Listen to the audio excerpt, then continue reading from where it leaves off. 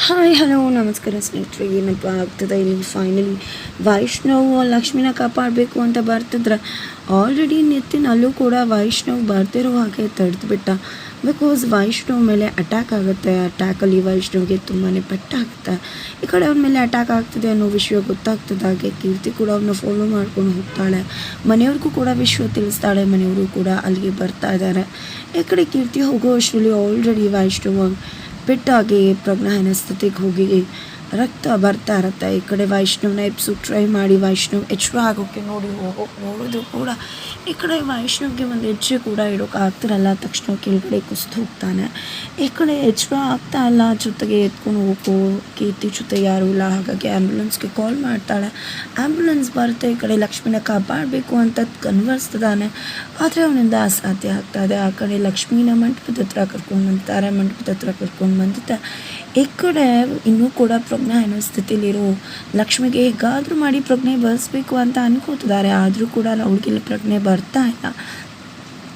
ಈ ಕಡೆ ತಾಳಿ ಕಟ್ಟಬೇಕು, ಇರೋ ತಾಳಿನ ತೆಗಿಬೇಕು ಅಂತ ಹೇಳಿದಾಗ ಪುರೋಹಿತರ ಹೆಂಡ್ತಿನೇ ತಾಳಿ ತೆಗಿಯೋಕೆ ಮುಂದಾಗಬೇಕಾಗುತ್ತೆ. ಆದರೆ ಆಕೆ ಒಪ್ಕೊಳ್ಳೋದಿಲ್ಲ. ಇನ್ನೊಂದು ಪಾಪದ ಕೆಲಸ ಮಾಡೋದಿಲ್ಲ.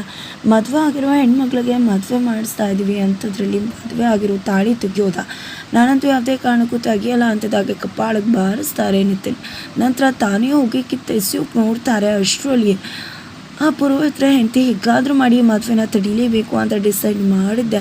ಆಕೆಗೆ ಪ್ರಜ್ಞೆ ಬರೆಸ್ಬೇಕು ಅಂತ ಆಲೋಚನೆ ಮಾಡ್ತಾರೆ.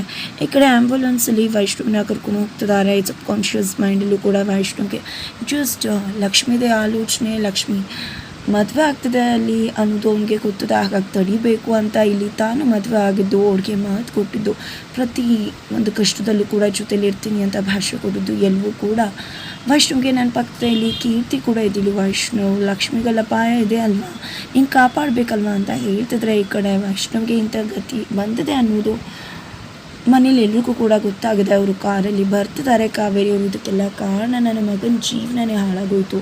ಆ ಲಕ್ಷ್ಮಿನ ಮದುವೆ ಮಾಡ್ಕೊಂಡು ಬಂದು ನನ್ನ ಮಗನ ಲೈಫ್ ಸ್ಪಾಯ್ಲ್ ಆಯಿತು. ಇವತ್ತು ನನ್ನ ಮಗ ಇಂಥ ಕಷ್ಟಕ್ಕೆ ಸಿಕ್ಕಾಕೊಂಡಿದ್ದಾನೆ ಅಂದರೆ ಕಾರಣ ಅದಕ್ಕೆ ಆ ಲಕ್ಷ್ಮಿನೇ ಅಂತ ಹೇಳಿ ನೋವು ಪಡ್ಕೊಂಡು ಬರ್ತಿದ್ದಾರೆ.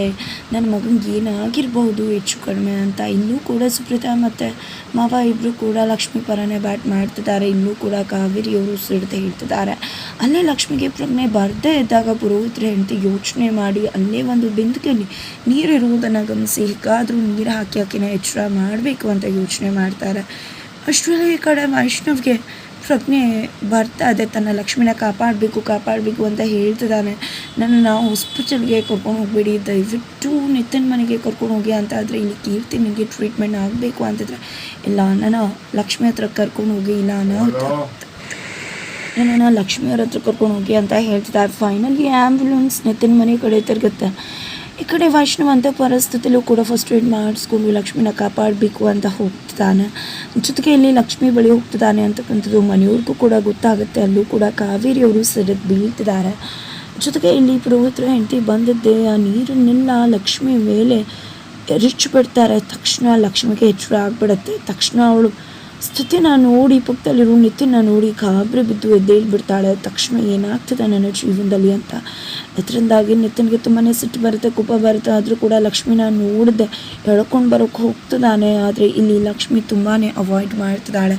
ಇದರ ನಡುವೆ ಲಕ್ಷ್ಮಿನ ಎಳ್ಕೊಂಡು ಬರಬೇಕು ಅಷ್ಟರಲ್ಲಿ ವೈಷ್ಣವ್ ಎಂಟ್ರಿ ಕೊಡ್ತಾನೆ. ಬಿಟ್ಬಿಡು ಲಕ್ಷ್ಮಿನ, ಸುಮ್ಮನೆ ಹೊಟ್ಟೋಗ್ಬಿಡು ನಿತಿನ್ ಅಂತ ಹೇಳ್ತಿದ್ರೆ ನಿನಗೋಸ್ಕರನೇ ವೆಯ್ಟ್ ಮಾಡ್ತಿದ್ದೆ, ಫೈನಲಿ ಬಂದ್ಯಾ ಅಂತ ಹೇಳ್ತಿದ್ರೆ ಈ ಕಡೆ ವೈಷ್ಣವ್ ಕೂಡ ಫೈಟ್ ಮಾಡೋ ಪರಿಸ್ಥಿತಿಲಿಲ್ಲ. ಆದರೆ ಇಲ್ಲಿ ನಿತಿನ್ ವೈಷ್ಣವ್ನ ಅಲ್ಲೂ ಕೂಡ ದೂರ ಬಿಡ್ತಾನೆ. ಕೆಳಗಡೆ ಕುಸ್ತು ಹೋಗ್ಬಿಡ್ತಾನೆ ವೈಷ್ಣವ್. ಈ ಕಡೆ ಲಕ್ಷ್ಮಿನ ಎಳ್ಕೊಂಡು ಹೋಗ್ತಿದ್ದಾನೆ. ಈ ಕಡೆ ಲಕ್ಷ್ಮಿ ಕೂಡ ತುಂಬಾ ಫೈಟ್ ಮಾಡೋ ಪರಿಸ್ಥಿತಿಲಿಲ್ಲ. ಆ ಕಡೆ ವೈಷ್ಣವ್ ಸ್ಥಿತಿ ಕೂಡ ಸರಿಯಾಗಿಲ್ಲ. ಮತ್ತೆ ಮಂಟಪದ ಹತ್ರ ಎಳ್ಕೊಂಡು ಹೋಗಿ ತಾಳಿ ಕಟ್ಟೋಕ್ಕೆ ಮುಂದಾಗ್ತದಾನೆ ನಿತಿನ್. ಹಾಗಿದ್ರೆ ಹೀಗೆ ಮದುವೆ ನಿಲ್ಲತ್ತೆ, ಏನಾಗ್ಬೋದು ಇದನ್ನು ತಿಳ್ಕೊಬೇಕು ಅಂದರೆ ಇಲ್ಲಿ ನಮ್ಮ ಚಾನಲ್ನ ಸಬ್ಸ್ಕ್ರೈಬ್ ಮಾಡಿ. ಮುಂದಿನ ವಿಡಿಯೋಕ್ಕೋಸ್ಕರ ವೇಟ್ ಮಾಡಿದ್ದನ್ನು ಮರಿಬೇಕು.